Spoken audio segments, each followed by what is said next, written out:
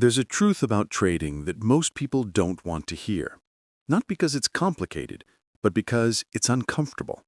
It's this. Making money in the market isn't about how smart you are, or how fast your charts move, or even how perfect your entries look. It's about discipline. The kind of discipline that most traders can't stomach for long. When I started, I had nothing but a pencil, a notebook, and a burning desire to understand why prices moved the way they did. I'd sit in a bucket shop, jotting down every tick of price change, studying the rhythm of the market like a musician listens to the beat of a drum. I didn't have algorithms, indicators, or social media gurus shouting trade ideas. What I had was observation and patience. Discipline begins where emotion ends. Every trader says they're disciplined until the market tests them. It's easy to follow your plan when you're winning, but the real test is when you're losing, when your position is underwater and your mind starts whispering excuses. It'll come back, it says. Just hold a little longer. That whisper has ruined more traders than bad luck ever could. I learned that lesson the hard way. The discipline most traders ignore. The first time I made a fortune, I thought I'd figured it all out. I believed the market and I were on the same side. But the moment I thought I was invincible, I lost everything. The market doesn't care about your confidence, your needs, or your dreams. It only cares about your discipline. Turning $1,000 into $10,000 doesn't begin with strategy. It begins with control. Control over your emotions, your greed, and your impatience. Everyone wants to multiply their account, but no one wants to master themselves. And yet the market is just a mirror reflecting your own weaknesses. You think you're fighting the charts, but really you're fighting your impulses. You see, there's a type of silence that comes when you're truly disciplined. It's the silence of waiting, the silence of not trading. The best trades I ever made were the ones I didn't take, the ones where I felt the urge to act, but didn't. Because every great trade has a setup, and every great setup requires waiting for the market to prove itself. When you start with a small account, every trade feels personal. A $50 gain feels like victory. A $100 loss feels like a disaster. But you must treat small money like big money, or you'll never handle big money when it comes. Discipline doesn't scale. It either exists or it doesn't. If you can't control a $1,000 account, you'll never control a $100,000 account. Here's what most traders get wrong. They believe success is about predicting the market. It isn't. It's about reacting properly when the market reveals itself. The best traders don't predict, they prepare. They have plans for when they're right, and more importantly, plans for when they're wrong. Every loss I ever took came from breaking my own rules. Not the market's fault, mine. I'd entered too early, or doubled down to get even, or ignore a stop loss because I thought I knew better. And every time I ignored my rules, the market reminded me who was in control. It's not the price action that kills traders, it's ego. The difference between the amateur and the professional is simple. The amateur trades to feel right. The professional trades to make money. When you're disciplined, being wrong doesn't bother you. You take the loss, you move on. But when you're undisciplined, every loss feels like an attack on your identity. You start defending bad trades like a lawyer defending a guilty man. There was a time I made so much money, I thought the rules no longer applied to me. I stopped following my system, stopped respecting risk. I let pride take the driver's seat. And when the market turned, it took everything, not just my money, but my peace of mind. I learned then that discipline is not something you practice when convenient. It's something you live by every single day. So, what does discipline look like in practice? It's having a predefined plan for every trade, entry, exit, and stop. It's never averaging down on a losing position. It's cutting your losses quickly and letting your winners breathe. It's journaling every trade, not just the result, but the reason behind it. It's recognizing when you're trading your plan versus when you're trading your emotions. There's an old saying, a man must believe in himself and his judgment if he expects to make a living at this game. That's true, but it's only half the truth. The other half is that you must be willing to admit when your judgment is wrong. Confidence without humility is the fastest road to ruin. Every trade should be treated like a business decision, not a gamble.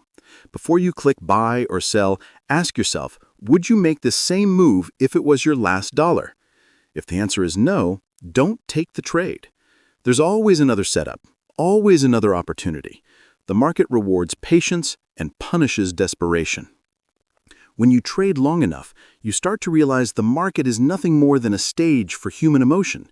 Fear and greed are the actors, news headlines are the script, and the crowd, the traders, react in predictable ways. Your job isn't to outsmart the market, it's to outdiscipline it.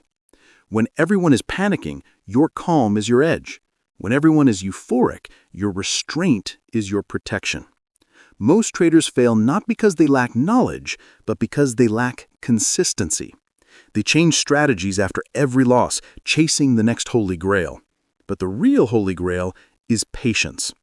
Consistency comes from staying with one method long enough to master it.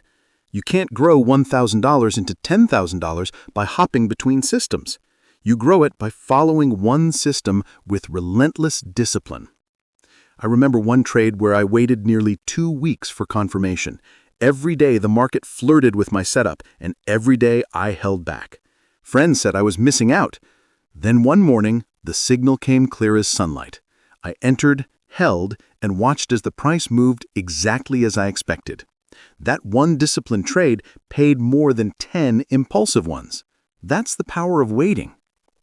There's a rhythm to the market, waves of movement that follow cycles of emotion. When you learn to feel that rhythm, you stop fighting it.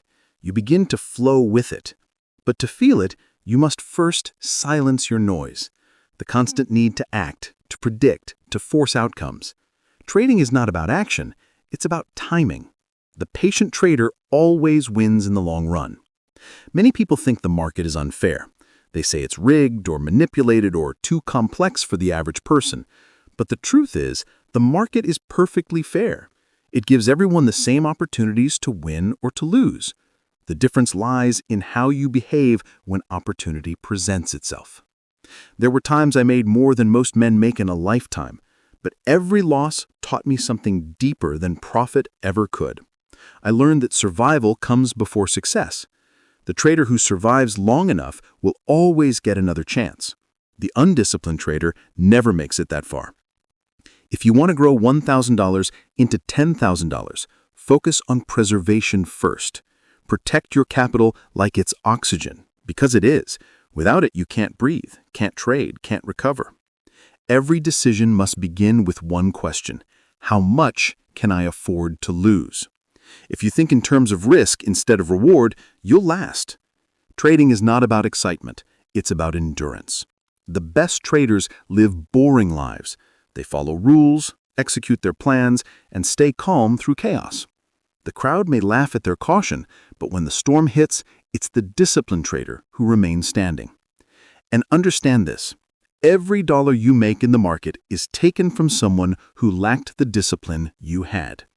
You earn profits by being what most traders can't be: patient, consistent, unemotional. It's not a competition of intelligence, it's a competition of control. You'll find that discipline doesn't only shape your trading, it shapes your character. It teaches you to think clearly under pressure, to respect probabilities, to detach from outcomes. These lessons extend beyond charts and numbers.